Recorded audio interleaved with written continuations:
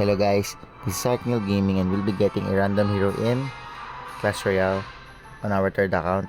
But I suggest that if you can hold on until March, you can get a chosen hero instead of a random hero. But I want to participate in the event and I don't want to miss any seasonal chests, so I have to claim. And I hope that we can get the Hero Knight.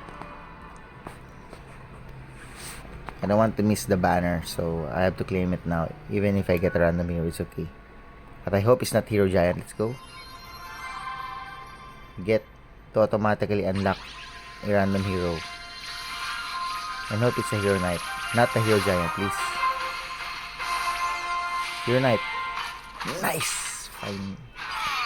Worth it, guys. Worth it.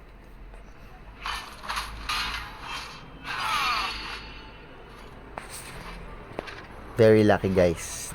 I know it's not gonna be Hero Ice Golem because that's pretty new. Thank you for watching.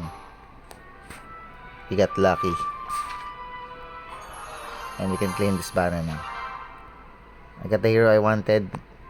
Once the free hero comes, I will choose Mega Minion probably. Thank you for watching. Bye bye.